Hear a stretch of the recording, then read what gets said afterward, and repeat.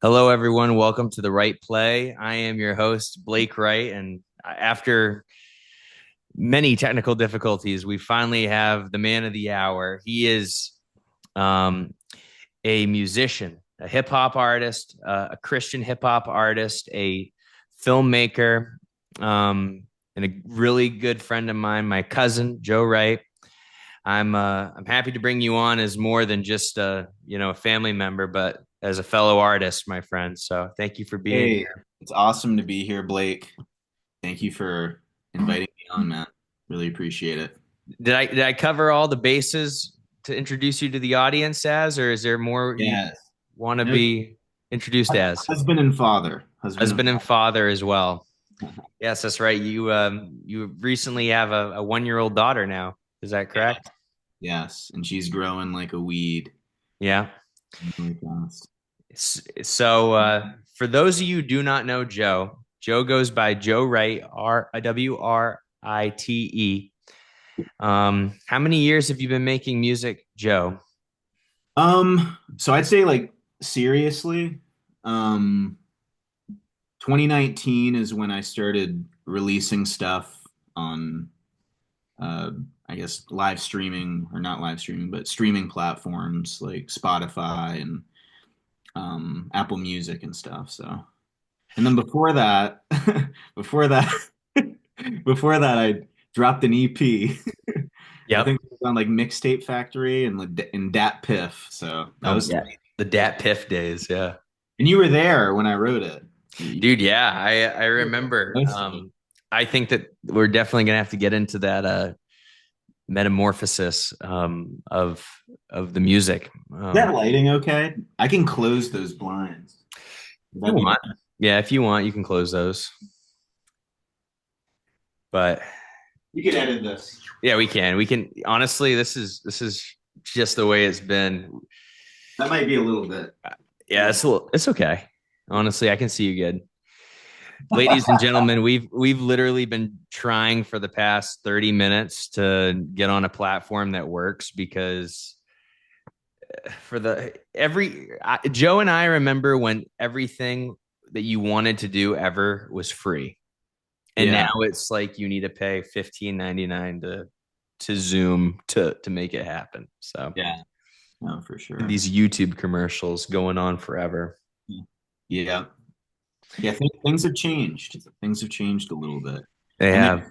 faster this Yes. time. Like we're still in our 20s, but we're starting to talk like old people. I just noticed. It's like Oh, dude, back. for sure, man. Back in our day, dude, and the new generation has like names, like Chase has names for like and sayings and slang like that. I don't even know like what it means at the end Like of the day. Ohio, Ohio, and Giotti or something like that. Like I don't know. when we I'm were growing turning up, in it was like LOL. yeah, LOL, YOLO, YOLO is another one. YOLO. Yeah, It's like it's so the audience probably can gather, but so Joe and I are the closest and on the right side of the family. In age, Joe's 3 months older than me, so we've been best friends for 28 years, yeah, and going on to that, and it's been good because we come from a family of some really hardworking, brilliant people, and strong willed and great people, and but maybe a little on the practical side of things sometimes. And Joe and I have always been like the two that have really like tried to do art, as like a daily practice. Maybe outside of our grandmother who used to, she had a piano and paints and does quilting and stuff like that. But you know, don't you agree, Joe? It's been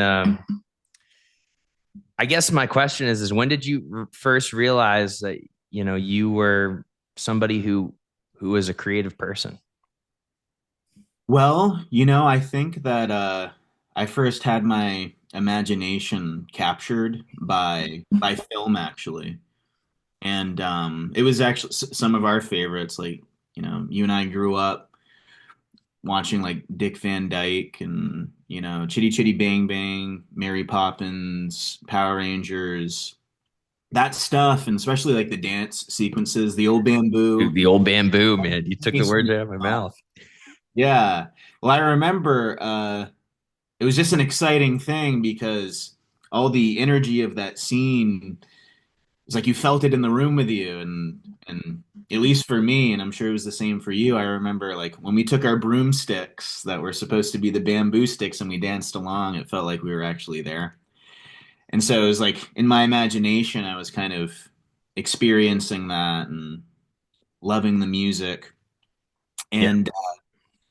And I think that I was kind of creating that world around me as I was going. It's like kids have good imagination, something that could be, taken as we grow up and we get overly practical. But um, I think that I somewhat kind of remember those things. I remember what it's like to feel that the moment and just be in that moment. And I think I maybe tap into something similar when I get creative, perhaps. Mhm. Um, and I think when I first realized it, I just started writing short stories, and Bridget found this story that I wrote, and I remember the title of it because I thought it was such a cool title. It was called Brickstone. Brickstone. That is a pretty cool title. Yeah, and it was like a vampire, story. Yeah. We grew up, loved Dracula and stuff, Brickstone. and well, she read it because she found it once, like in my desk at home. It was like 4 pages, and she just told me, she's like, "This is really, really good, actually, Joseph. I'm not just saying that, and Hmm. you should keep writing." Sad thing is, I don't have the discipline to write a book, apparently. So, but it was after that I I realized that I enjoyed creative Yeah. writing, stuff like that. Writing writing is a daily practice, that's for sure. And you know that probably more than, you know, most. Your discography is quite extensive at this point. And, not only that, I've read some of your screenplays and your short stories as well. But yeah, I get it. It's like trying to go on to something that's massive, like Stephen King level, like, you know, for the audience who doesn't know, like he talks about in his book, like how he would write, starting out a page a day, but then up the goal when he became a professional in his mind, he turned professional, even Mm. though he wasn't making money doing it, but he would write 5 pages a day, even if it was blah, blah, blah. Yeah, good. Like get it out just to write. Because I think that it's just hard to get in the flow for most people. It's Mm. hard to just sit down and do it. We live in a world where, we feel like we got to get it right the first time, you know? Yeah, I once, I don't remember who it was, but I once heard a quote. Um, it was a gentleman that was talking. He was like one of the best piano players in the world, and he was talking about how when he takes a week off or when he takes a day off from practicing the piano, it's not noticeable to other people, but notices a slight difference. And then when he takes a few days off, it might still not be noticeable to people, but if you're in the craft, he said he can feel the difference. He's not as sharp, he's not as quick, he's not as on time, and I think it just goes into, it doesn't matter how gifted you are, it doesn't matter how much you love something. If you're not willing to hone your craft, it can atrophy. You Yeah, know, I agree. I think it's it's just like athletic sports, sometimes there are people that just have a knack for a certain thing, whether it's Talented off the bat, just yeah, God-given talent. Yeah. yeah. And it's like, you know, still it's like you don't want to let that go to waste. It's and then before you know it, you're too old to run a 100-meter dash, in whatever time frame you need Yeah. to qualify for something. I don't know, but There's a saying that Larry Bird has, um, you know, being something along the lines of like a man that takes his God-given talents and works at them every day will become the best he can be. And that's kind of what we're saying. I gotta ask, like, how does the songwriting process start for you? hmm. Tell the audience. Well, for me, um, and I know people have different things that work for them. I grew up, as you know. I'm going to talk like I'm not just talking to you, but I'm talking to like, Yeah, yeah, yeah, yeah. but, Share, you gotta but I share it with grew the up. audience. Yeah, I grew up. I really liked like Nas and Eminem and I really tried to study how they wrote. And I remember, Eminem, I always saw him like he'd have stacks of paper and they'd be covered in writing. And I tried to do that same exact thing, I remember. And like I thought that I had to fill out the entire page and every single space on it. And it was definitely a learning process, but what I ended up finding out is, you can't just write a certain way just because you've seen other people do that. You actually need to find what works for your mind and Mhm. like what helps click for you, because what clicks for me might not click for someone else.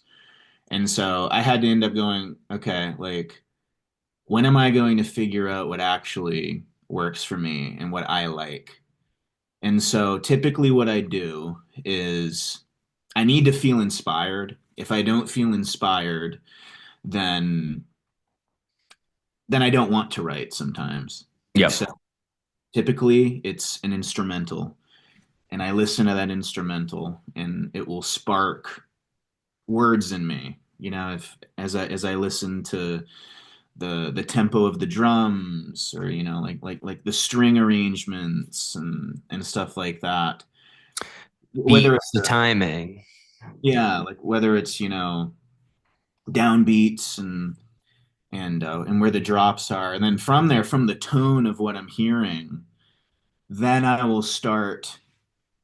Basically, what I do is I just keep going over it again and again in my head as I hear the beat, and I'll maybe do like a sentence, Mhm. and I'll keep going and I'll keep doing the sentence, and then I guess my brain will I'll start hearing the rhymes of things, and I'll just keep kind of like building onto it and building onto it. And sometimes I cross something out right above it, and then I'll keep a bar that I created underneath. It's a lot of repetition for me. Mhm. Um, it's a lot of repeating the same line in my head or out loud so I can hear it, because I don't write with bars in mind. I just write by ear. I've always been that way. And I've always tried to go by what feels good as I'm saying it. And that's kind of, I guess that's kind of the process. It's for me, it's not super simple. It's just something that it's a lot of feeling, it's a lot of emotion.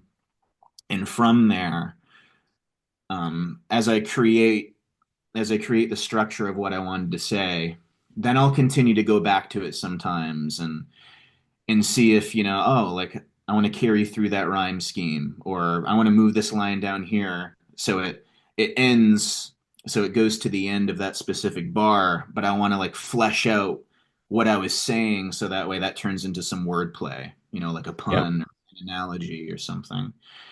And as time's gone on, it's gotten easier to do that. Like ideas come up easier.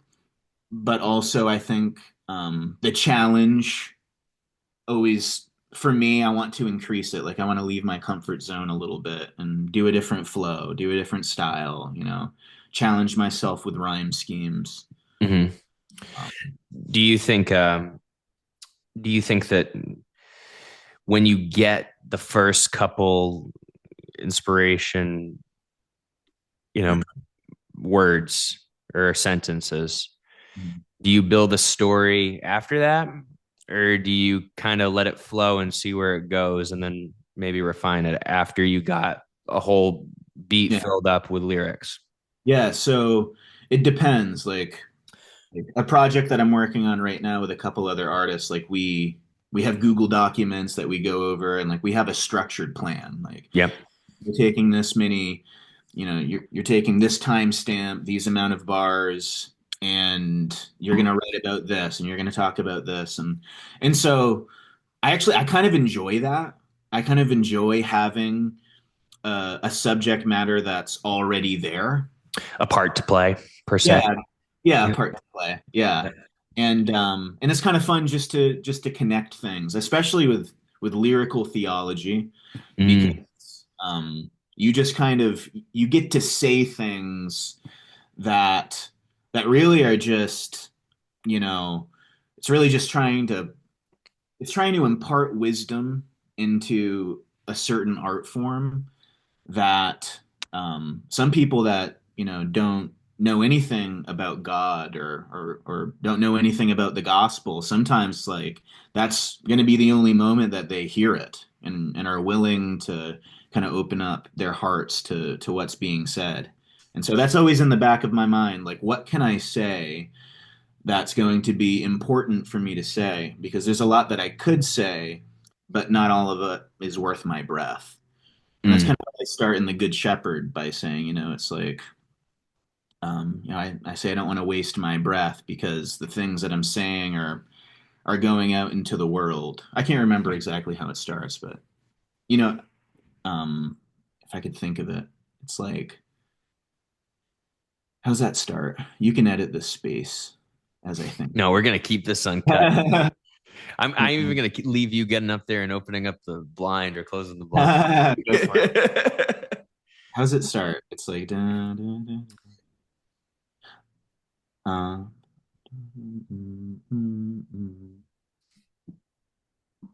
I don't. I can't even remember it off the top of my head, sadly. But it's I kind of get you. Yeah. yeah. Do you? And so I was just gonna say, but most of the time when I'm writing something and it's just me, I'll typically the beat will make me think of certain things, the tone of it, and Mhm. it's kind of like playing Scrabble in my head because I'll have a bunch of things pop up, and then it's like, okay, that rhymes with this, but what am I trying to say? And then as I start going, it gets clear to me. It's like, oh, like this is kind of talking about, like the love of money, Mm.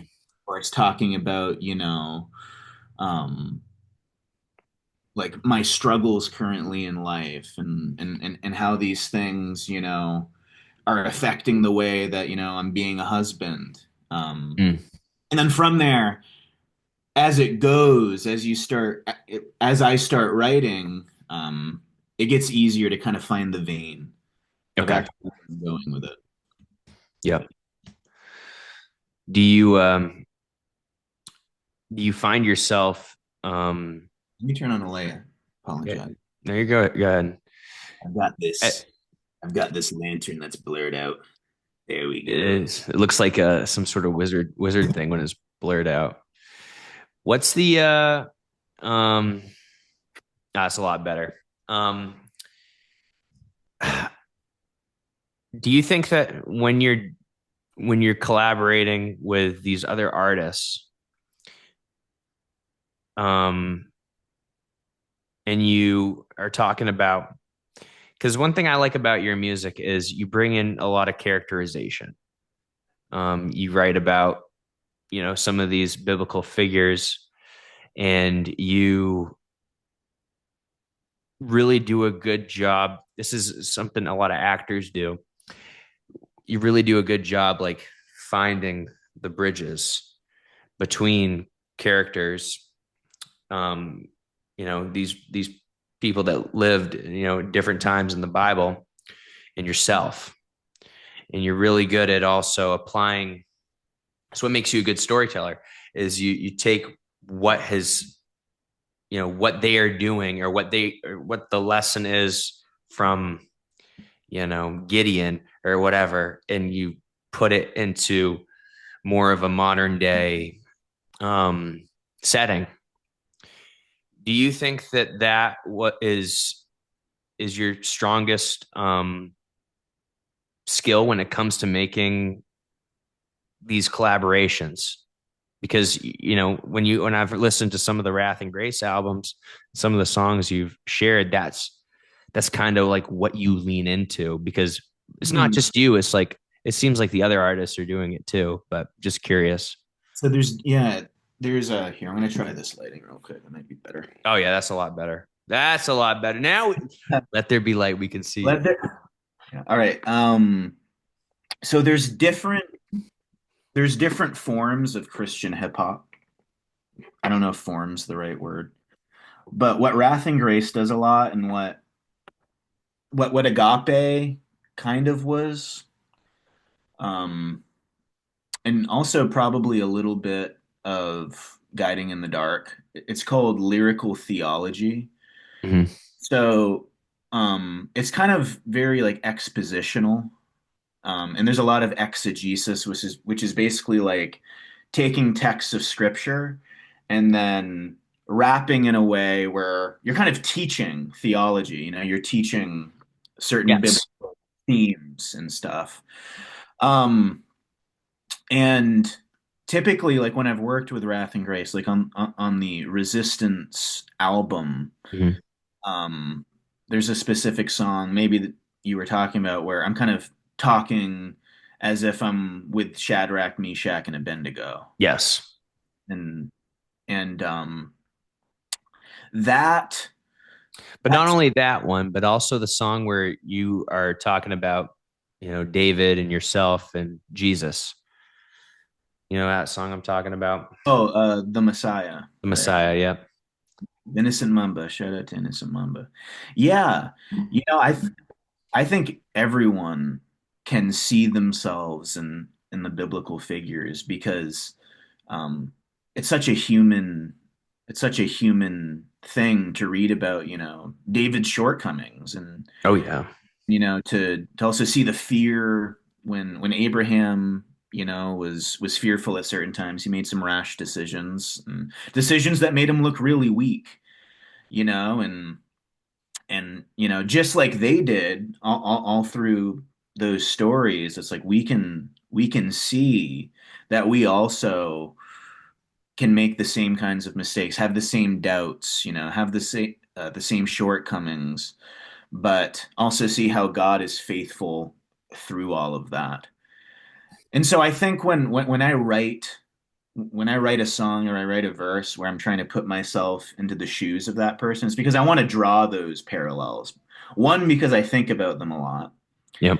Two, because I also want to bring in those biblical stories. I want to bring them in to my album because I want to share the Bible with people, and I want to show people too that, like, these aren't so detached that you can't apply them to your life today, because you absolutely can. You absolutely should. Hmm. Yeah. Yeah. No, I like that. I think that's one of your gifts as a storyteller. And it's being used. What do you think is one of the from this whole process of making music? And you can talk about, from the get-go. I remember when you first started taking this seriously, and after that track season in college, and to today, what's something that you've learned that you want other musicians, to know, that's you want them to know maybe on a personal level and an artistry level? What's two things? Give me a thing for each. Jesus Christ is Lord, definitely. Jesus Mhm. Christ is Lord because from that moment in college, when we were rooming together, I didn't know Christ. I didn't know God. And then within that year, 2016, which is crazy. It's crazy. It's been that. Dude, we're getting time's flying. Yeah. But We're not playing old bamboo. yeah, I know, right? But during that year is me giving my life to Christ and realizing that, he is God. He is the Lord, and this isn't some, man-made religious thing that, was just made up at one point in history. It's something that transcends everything that we can possibly imagine. So I think what I would want to impart firstly is just that, Yeah. because that's where I grew the most as an artist, actually, is getting to know the most creative being in the universe, and that's God Himself, Mm, who created well all put. of these things. Well And put. yeah, and I think too, like the second thing is to don't be afraid to go outside of the box of what a lot of people are doing, because I made that mistake. I think I tried to sound a lot like Eminem, and I tried to sound a lot like Logic, Hmm. especially like in Hussin'. In the beginning, in Yeah, the yep. like from the vocal tone, even like trying to emulate those flows, and even the writing process, as I talked about earlier. Like I used to write on pen and paper because I thought that that's what the best people did, like the best lyricist that was writing Mhm. on paper. Now it's like I write on my phone. I Yeah. haven't written on a piece of on a piece of paper lyrics in years.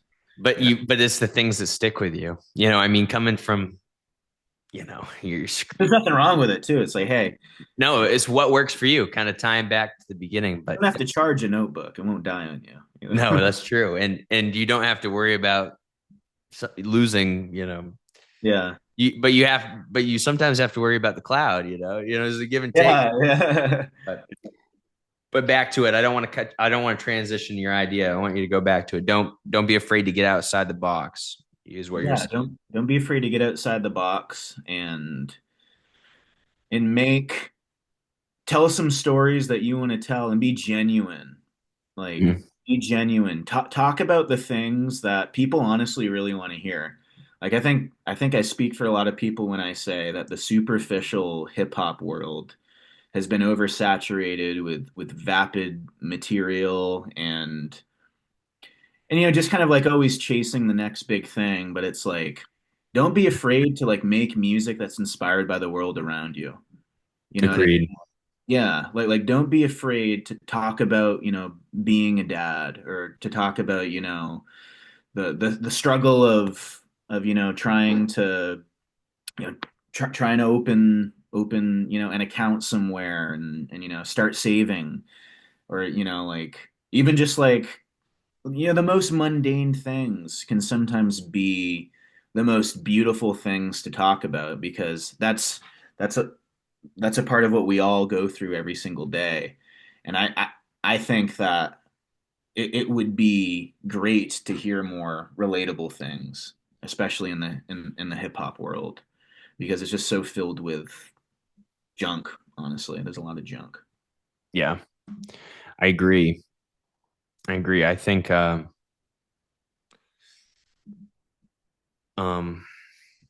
it feels like it's indistinguishable nowadays.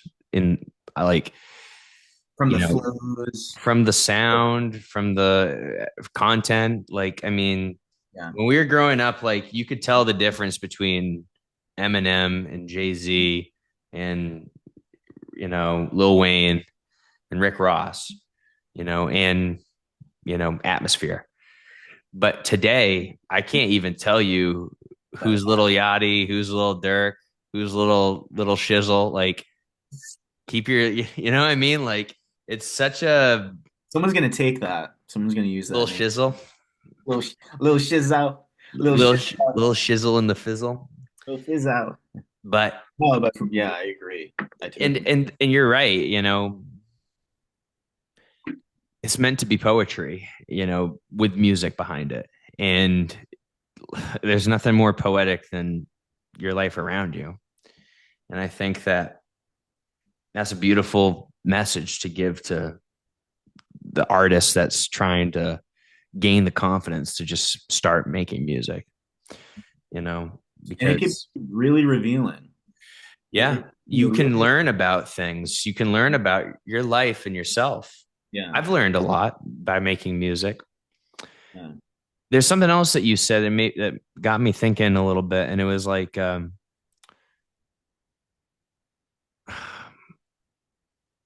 it was something along the line. You said make an account, opening an account. Man, I'm trying to remember. We might have to edit this part out, but Like opening like an account somewhere or something. it'll come back to me. It'll come back to me. Jamie, can you look up Yeah. Hey, opening? Jamie, what the hell did I just say? Please. No, Oh, yeah, oh, it's gonna bug me, but it'll come back to me. Um, I'm gonna ask you one more question, and then we're gonna take a little break, and we'll edit the next part of the talk in because we got about 5 minutes left for this call. Um, this will go a little bit more, and then we'll get into what you're doing next for this next year and some other questions afterward. But um, I want to talk about growing up before we move on to your life now. Is how do you think that becoming a father, um, what's one thing that you learned from your dad, and one thing that you've learned from Graham and Gramp, and then now you becoming a father, mm, how's that changed your outlook on art at this point? mm. Yeah, definitely. I think that, you know, being younger and being naive in a lot of ways, as we all are, especially when we're younger, I didn't I didn't realize how big and expansive everything is beyond me. I think the world really, in my own mind, in my own life, revolved around me. Mm-hmm. And you know, I've lived a lot of my life very selfishly, very seeking what I want, seeking, my own happiness. But as time's gone on and the years have gone by, and I've seen, my dad become a grandfather and me become a dad, and life continues to move, whether you're ready or not. Um, I think I've just realized it's not about me. It's really not about me. And there's a lot of peace in that because I get to I get to live in a way where the world doesn't revolve around me anymore. It takes a lot of that pressure off, and it makes me thankful for all the little things that are out of my control or in my control. Um, like seeing my daughter grow up. It's been a year already. There's going to be a day where I'm not here anymore, and Lord willing, she's going to continue, and I'll be able to meet my grandchildren, but then my grandchildren will have children, and life's going to go on. Life's going to go on, but through all of that, God remains in power, and He's ultimately what all of this revolves around. Like we were created to glorify Him with the gifts that we've been given, and in I think in the moments of existential crisis that inevitably happen when everything kind of gets uprooted psychologically, where it's like, well, this isn't about me, and it's like not really about just seeking my own happiness and all these things that I was told that I was supposed to do or chase after, like they weren't satisfying me, but there's something better. Mm, I think that all of those moments are meant to lead us to a place of humility so that way we can finally be restored to God and be ready to accept what he's done for us. hmm, And from that comes the most creative things that we can do, I think, because um some of the most beautiful things are hidden in his mystery, and you get to kind of chisel out pieces of that and then plug it into whatever you do. It's like the greatest story ever told, mm. you know, is is something that is interwoven through film culture from the beginning. There's always, the antagonist, the protagonist, this conclusion, and most of the time, this heroic story that was tragic, but it has like a redemptive aspect of it. I think that God placed that in all of our hearts so that way we would seek him. We would know. Mm. And Yeah. I'm hearing a lot of purpose. You found purpose in this in the humility. And you found purpose, in the big picture rather in than in your, you know, I assume, I remember, you as a younger man, and I remember you as a kid too. And, the steps you're talking about taking, that every man, will take if you truly want to be a man down the road is to be willing to put yourself, not always, I guess, not be selfish. I mean, you have a wife and a child now, yeah, and they inspire you, and they show you the shoes that, your parents were wearing at one point, and your grandparents, and you understand yeah, is what I'm hearing. yeah, yeah. There's, I think it's a moment of just realization of like, wow, there's just like I'm one pixel on this image, and like I'm not the image, and I'm okay with that, because all of these pixels are in the right place, and I just need to trust the one who made the image. I love that. Well, Joe, you're dropping some truth on it. And ladies and gentlemen, audience members, we are going to take a 1 second break here so we can just start another meeting, but we will continue with Joe Wright. Thank you and stand by. Stand by. Mr. Wright. Anyway, we're back, ladies and gentlemen. So Joe, before we get into what you got this year on the docket for projects, um, let's talk a little bit about your brief career as a filmmaker. Um, Giving me too much credit, but I like it. Well, well, you definitely had a good run. You got IMDb credits. do Um, I actually? Are you? no, you actually do. The last note does have an IMDb credit. That's awesome. I think Wow. I think TJ did it.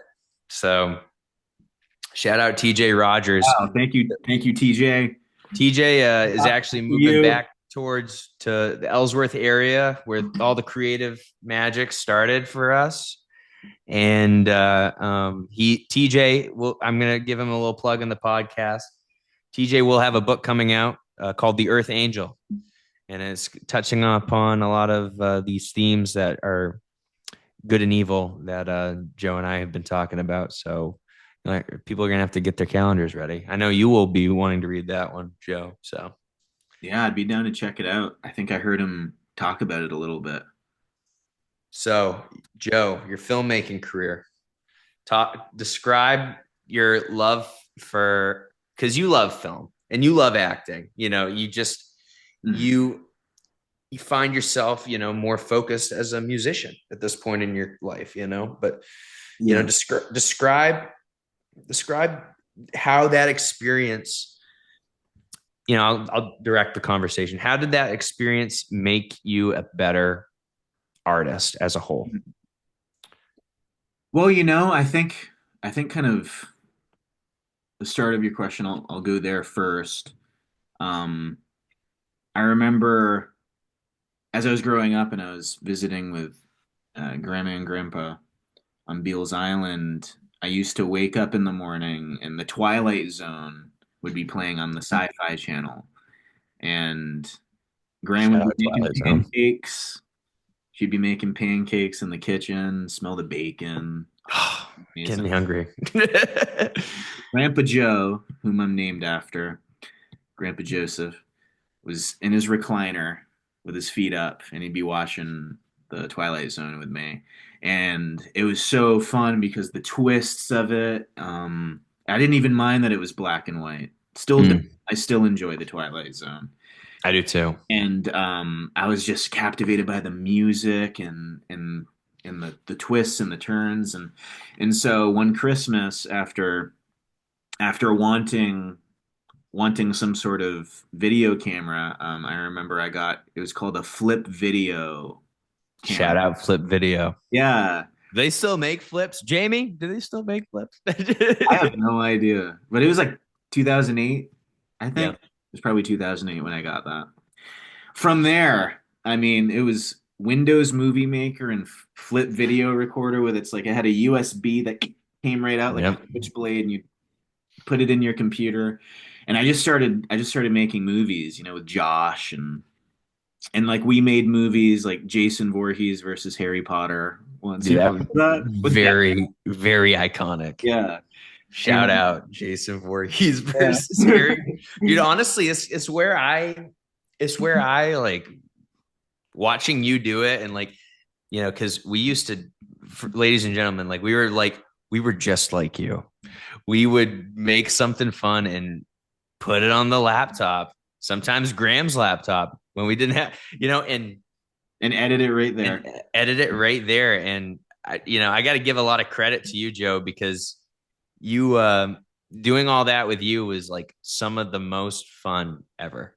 Like It was a lot like of fun. like so much, like some of my fondest memories, and having a blast and watching you do it, and like understanding, like, okay, like I can remember doing, like, I don't know, it was Josh, and you did the cut where he was there, then he wasn't, and it was seamless, and it made it look like, someone appearing. But I Yeah, started seeing the movie magic, and I was like, so I gotta give a shout out to you. But go ahead, continue. yeah, So we had a lot of fun. And I remember my friend Chris, um he lived right across the road from my grandparents, and him and I we try to make like these like thriller horror movies all the time, and I used the Twilight Zone theme on every single movie we made because I just wanted to see my title screen directed by Joseph Wright, starring Joseph Wright, Chris Crowley, with the Twilight theme music. And yeah, I loved it. I had a lot of fun with it. And as time kind of went on, and I got preoccupied with other things. Sadly, it kind of, fell to the wayside, but um it's a vast amount of fond memories now. what And did you learn? So the question, how do you feel like all that artistic experience mm, made you, the artist you are today? yeah, well, I think really learning how to take something from up here and then put it out there. Hmm. Um, I never wrote any scripts. It was always just kind of winging it. Like, it was like, all right, do this. That didn't work. How about you do that? And you say this. And trying to get people to say lines was crazy. And Honestly, I was rewatching The Last Note because you recently that's what sent we did, right? Yeah. That's what I we no script, none, but And I was rewatching it and I was like, dang, if, today, Hmm. like with your skill set, because ladies and gentlemen, we made a really, I thought for 19, it was a really good short film. For no budget, 19, you know, the acting was good. Joe's directing was phenomenal for, And it you was like a know, last second, like literally as dusk was coming in, to get into a film festival, I think, because I think I remember you worked on something, or I can't remember what happened, or like something fell through, and you're like, let's, there's a film festival coming up, and you want to make something, and I was like, let's do it, and Yeah, you we had something winged fall it. through and we did because that was literally like I think Shout that out to that's why TJ we got the again. IMDb credit because I think we got into the film festival. Shout out to TJ again. Yeah, Yeah, shout out to TJ. yeah. You your directing your directing skills, the imagery, the especially the shot. I'm not going to spoil the movie, but it's like the shot of the cop and the stranger, with the headlights and the tail lights. Yeah. I mean, just It was interesting because I was playing painting with like this was before I knew Christ, but I was playing very heavily the with themes. its themes of like I think like that character was like the devil or something like that. It, it I was thinking, I was watching it, That's why it ended on the railroad tracks, I think. the crossroads, the railroads. Honestly, I was watching it and I was like, man, if we read it, it was powerful. And I was like, if we redid this at one point with money and like where we are but it's crazy because it's like I feel like we're better artists today than we were back then. But I also feel like it was the time to do that, Mm. in a weird way. It's like I don't think I would never make that again, but I I would would. expand it. That's just me. I see a full like him like shooting people out in the beginning, but like the reason why he loses his job, to fill in the blanks. But Yeah, that there would was be that, like I forgot about that. There was that story of like he lost his job as a police officer, a And he detective, said I did what I had to do. spiraling, and you started spiraling, right? Yeah. And it was like, is this insanity or is it, undivine? Intervention. Yeah, I don't know. No, but anyway, I agree. I would love to see one day you return to the director's chair and return to producing content in films that you're passionate about telling because you you're you're definitely a musician first. That's never left your cap, but you're one of these people. You're like you could do it all. If you really wanted to. And I think that's I hope down the road you get back at least in the director's seat. I think that there's a lot of stories that I would like to tell, like one that we've talked about recently, and I think there's a lot of like, and we've talked about this before, a lot of faith-based film can be really overly sanitized sometimes, Mm-hmm. I think. And that's okay because if that's the audience that they're going for, that's fine. But I would like to see some really raw, faith-based film that also really shows like, obviously that redemptive story of God and how he can redeem someone from a life of just bondage, just brokenness but You're also gonna like, love the movie I just did yeah. because it is. I'm not joking. Like I was on the phone with you talking a little bit about it. I'm not going to talk too much about the movie until it comes out, but I was worried it was going to like I was going to take the acting job, right? And I wanted to work with this director. It was good,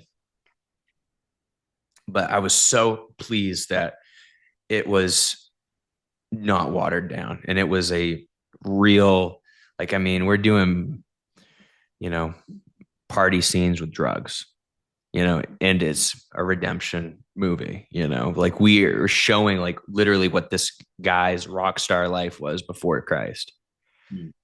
you know, yeah, and in the flash of it.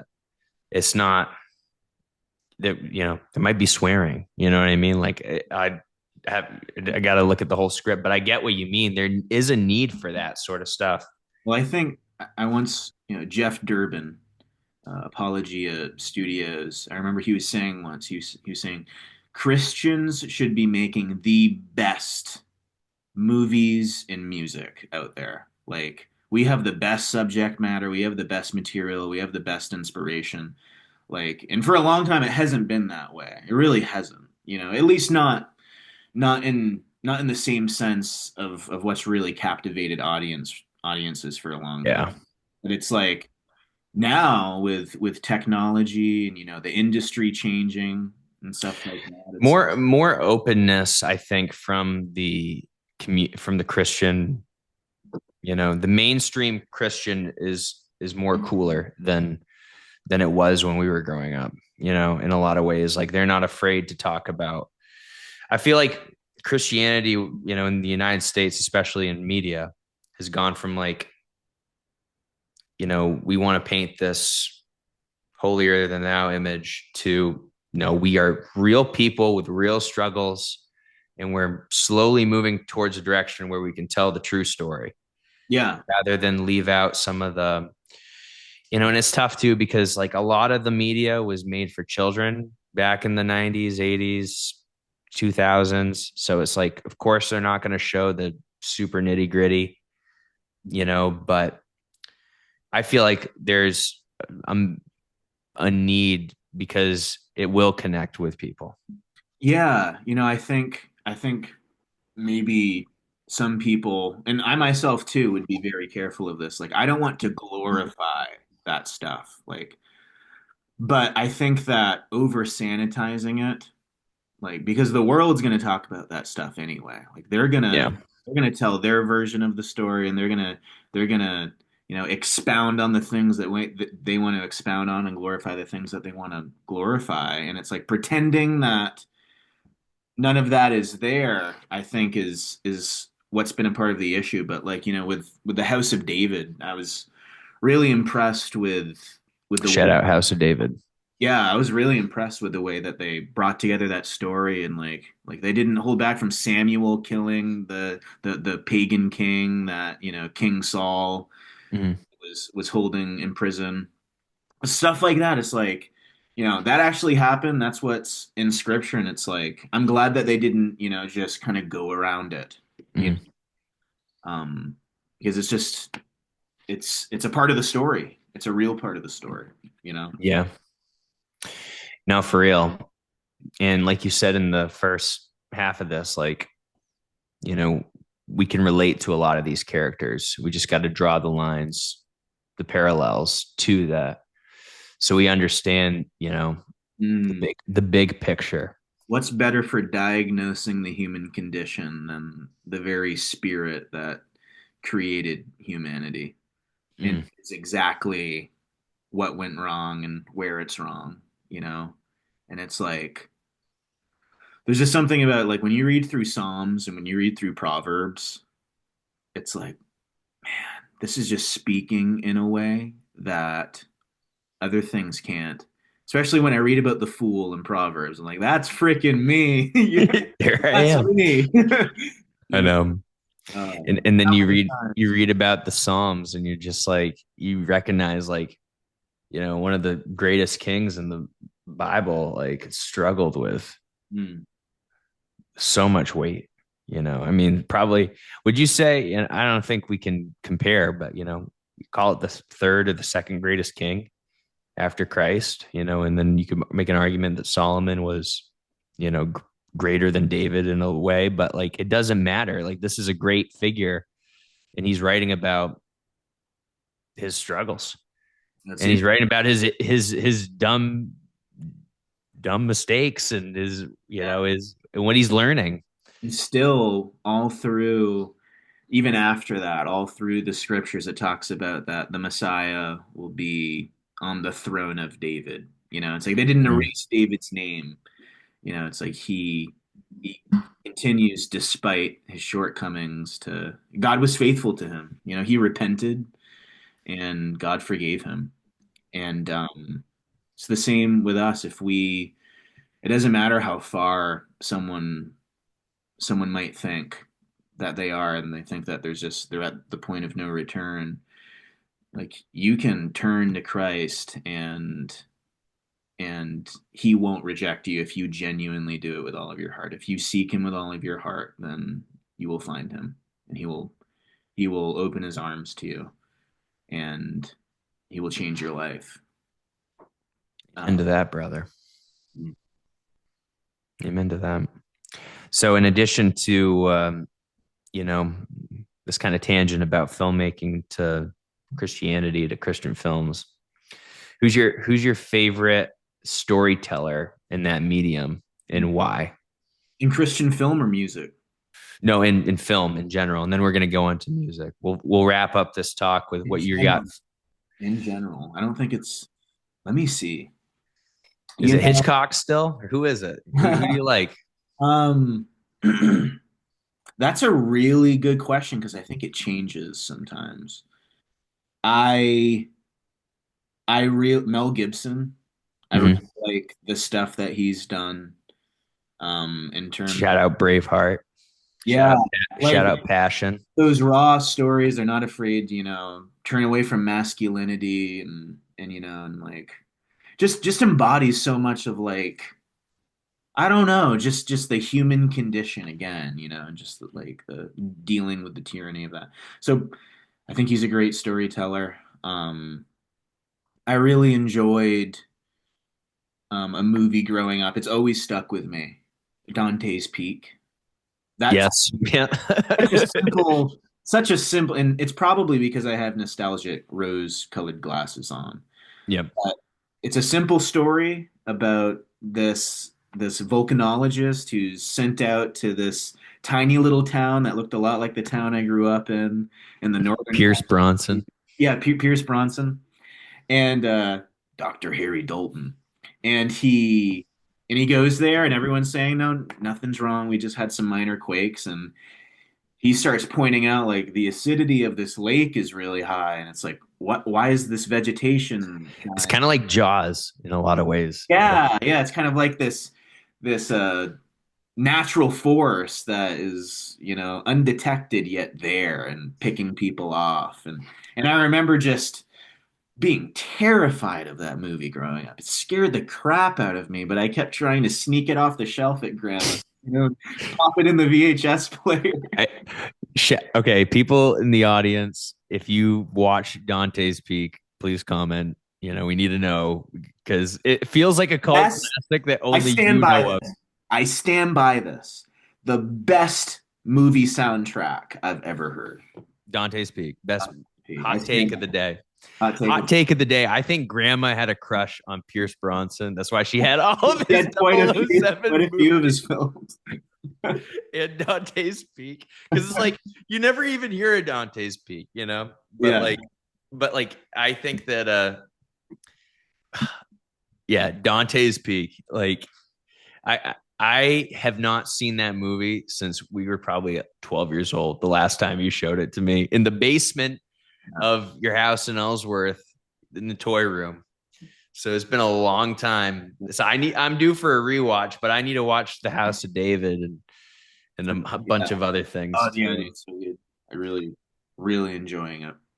So What was the question? I feel like I went off on a tangent. You asked me. I think I asked you why, why do you like a certain filmmaker? Who's your favorite and why do you like what they do? I mean, I guess I kind of answered that. I guess I don't know. Yeah, you And did. for me, it's such a hard thing to narrow down. I guess. So Um, well, speaking of soundtrack, so tell the audience what you're cooking up because you've told me a little bit about what you're cooking up music wise. yeah, so I'm working on a couple projects right now with a couple other artists, Joshua Crease and Johnny the Lightbearer, for one that we're working on right now. I can't go into a ton of details yet, but we are kind of halfway through that process, and we're really excited about it because I think it really hits on a lot of what I was talking about. It's very, I think, going to be powerful and relatable to people. And another one that it's done. The first single is going to be dropping in May. Is I'm not sure if I can say the title right now. Yeah, I'm sure I could, but just in We case. just know you got something coming in May. Do we Yeah, want we to got leave it something as a coming in mystery? May. That's Joshua Crease and Dee Black. Collaborated with them, and just super honored to work with such God-fearing, God-loving, very talented men that I look up to not only as fellow artists but also just as friends and fathers and husbands. Nice. And so, yeah, super excited about that. And these are going to be out on all streaming platforms. Can you? This is a little off the cuff, a little bit, but what? Okay, I'm gonna start by saying one of my favorite songs, um, besides "The Narrow" and besides "Guiding in the Dark," is "The Pilgrimage." Mhm. I this is a more of a off the cuff. Describe the pilgrimage for the audience. Describe why you wrote it because it is one of my personal favorites, and you're on my show. So Appreciate that. Yeah. Okay. Yeah, I think the pilgrimage. At that point in my life, I felt like I was kind of in the wilderness of being in between leaving Egypt and then getting to some sort of promised land. I was just kind of running in circles, but I had my faith now, and although I was very early in my faith and I had a lot of growing to do, and I was learning so many new things, um, it was it was a pretty tough time because I felt like I didn't know where I was going. I didn't know what was next in my life. mm, And so I wrote that as kind of like, no matter what, even though I struggle with, my self-esteem, and, I feel as though I'm, kind of like just being followed around by this black cloud of doom all the time. And, nonetheless, even in this darkness, my God's guiding me. He's like that pillar of fire in Exodus that would guide them. It'd be smoke by day, pillar of fire by night. And just kind of remembering that, my sins have been forgiven, my debt's been paid, my any question that the God of this universe accepts me or not has been answered by that man on the tree, by that man who was crucified on that cross. And Jeremiah 31:30, giving me chills, bro. it's like when Jeremiah 31:33, which I reference in the hook, it talks about God making a new covenant with Israel. Only this covenant will not be on stone tablets, but rather it's going to be written on their hearts. And through Mm. Jesus, we've been grafted into Israel. We've been grafted into the promises that God's made to Abraham and all of his lineage. And so, kind of what it's about. And Amazing promise. towards the end, when I say, stepping out of the boat, like I'm stepping out of the boat because what Jesus offers is greater than anything this world could achieve. Whether asserting, Also walking towards him like Peter yeah, too. Yeah. yes, yep, that's a reference to that. And then um, sowing a seed, whether you have a turtleneck or a turban, meaning people from all walks of life, Middle Eastern to like Western culture, it doesn't matter who you are. I hope you listen and believe, like leaves that come out of a A seed. tree. Yeah. Yeah, it's like that tree, ultimately bear fruit through your faith in Christ. I And will say that, from a artistry standpoint, I do believe that hook kind of do the first you really pushed yourself as an artist on that album. I think that, and I'll just say it, like back to back to back bangers, from Agape to Fort Wright to, Guiding in the Dark afterward, like or Fort Christ rather. And it's it's so good. But I really and really as a music lover, that kind of like nasally auto-tune falsetto that you bring into that chorus has a way to like, it feels like the leaves are talking to you. It feels like nature is, you are walking and like the surroundings and the night are speaking to you. And I just have to compliment that. I think that it's really, really tasteful. Good. I'm glad to hear that. I'm glad to hear that. And yeah, I think it's funny. It's my least favorite album, just from a technical standpoint. But uh, I notice it always seems to be getting streamed, and there's always people that are like, "That's like my favorite," and it's like, "All right, I'm glad of this." And I think my favorite part of it for me was the last verse on "Thirsty World," Oh, where yep. where kind of going back to like putting trying to put myself in the shoes of a specific character, specific thing that happened in the scriptures. Obviously the woman at the well with this last verse, but like what if it was me, and it's like we're Mm. all so thirsty in this world. We're constantly searching to quench our thirst, and that's ultimately sometimes what's going to lead you to the living water. Is you finally need to get so thirsty that you're willing to stop drinking at the dead pool. Yeah. Shout out to Marvel. No, just kidding. Dude, honestly, it's it's tough, you can, for the audience, we get a lot of and we've all been there. Even I'll speak for myself as a Christian, we've all been there. We've all been like, oh, does is this really for me? Is this, you know, does God get me? He does. When we go into these stories, you see and if you really read it and not think of, okay, the church or the mega church is on TV, just cut that out for a second and just look at the story and read the story. You will find, what Joe's talking about. Some of these, some of these, connections, you know.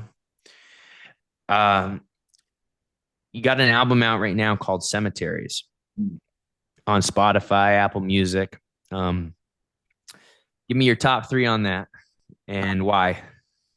I would say, hold on. I would say probably dollar signs, and I think just because it's the most, it's one of the most cohesive and dynamic songs that I've made, from the hook and the instrumental and everything, and like the different flow changes. I think it's very dynamic, and I really enjoyed the word play and stuff like that. It's one that I actually like enjoy listening to. Um, Maybe after that, probably not the bells. Okay, I'd say Dollar signs. We got that's dollar right. signs. Yeah, so we got dollar signs. I'd say that's right. Um, Mm-hmm. that's just because I think it's like it's the message that I ultimately was trying to bring across the whole album. Um, and then probably Dead Poets. Probably Dead Poets. Ooh, No. my personal favorite. Yeah, yeah, Really? Okay. yeah, Yeah. yeah. And maybe just from like an aspect of like the Robin Williams line where I'm talking about how can I not speak when I see the cultures just filled with dead poets. They're robbing and killing, but I'm trying to promote the will I ams imposing. But they're trying to say Jesus isn't the guy, or I can't remember exactly what I said, but it's like There's so many songs. It's all a blur sometimes, ladies and gentlemen. No, I I think just that, thought, like that aspect of the track is something that I always like want. to present to someone to kind of Mhm. challenge them like I was challenged, when I came to my faith is, you've got to realize Jesus is the guy. He's, we try to water him down. I think we try to bring him down to our level, and you don't need to do that because he did that already and lived 33 years and then was crucified. But at the same time, he's not on our level. He's far beyond us, but yet he understands us, and he was willing to, just like it says in Philippians, humble himself and become a servant. Although he was in the formos of God, the form of God, quite literally the being of God, he came down, he emptied himself and became a servant. But he is a king. He's a king. Yeah, Always was. he is. How much time do we have left, Joe? 7 minutes and 5 seconds. Okay, cool. So, one final question, and then we'll do the outro. If you could go back in time to a young 15-year-old Joe Wright Mm. and tell him a couple things, what would you say to him? I'd give him the gospel. I'd give Give him him the gospel. That'd be the first thing I do, and I'd be like, "It sounds stupid to you now, and it makes sense to you now, but like, I'm you from the future. Listen, listen. It's gonna save you It's so much me. trouble." Yeah. Um, Yeah. No, just and I would also tell him everything's gonna be okay. Like yeah. everything's gonna be okay. All the questions that you have, all the fear and the loneliness sometimes that you feel, and the things that you don't understand, all of it's going to make sense someday, and it's going to make you so much more thankful for what God has in store for you in the future. And so I'd probably give a message of salvation, and then a message of reassurance. Nice. Ultimately, God's gonna get a hold of you. Message for your daughter when she's old enough to watch Just a this. sip of water, but let me. Your for your little girl, I hope that I hope that this podcast is still on the internet long after, when she'll be able to comprehend and, understand. So, what do you want? Yeah, What do you want to say to, this is like what's it called? When you put it in the, the what I'm capsule. talking? Yeah, it's like a time capsule. So yeah.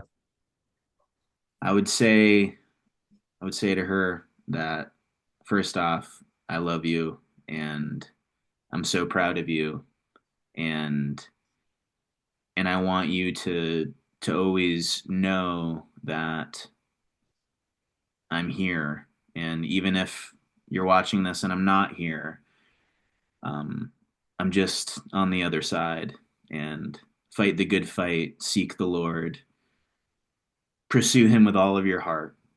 Don't look back, and I'll see you again someday. But if you're watching this and I'm here, I hope by now we are best friends, and I just want to be there for you, and I want you to find what you love to create, and I want to help you create it, I suppose. I don't know. That was a good question. That kind of caught me off guard, but I That's a appreciate that question. that's some loving stuff right there, brother. Joe, thank you so much for being my first guest on this new video podcast series, The Right Play. Um, I'm honored. no, I really am. Love you, brother. I appreciate it. Tell the world where to find you. Yeah, so you can actually I don't even know the handle off the top of my head. I think it's Joe Wright Music, or at Joe Wright Music. Is there an underscore in there? I'm not even sure. I'm gonna look. There's too many. There's too many things. You're Okay, on. it's Joe's on Spotify. Joe's on Apple Music. Joe yeah, Wright. JoeWrite, and then you can find me on Instagram, Joe underscore WRITE_music. And yeah, no, Blake, I really appreciate you having me on, brother. No, man. This was a great talk.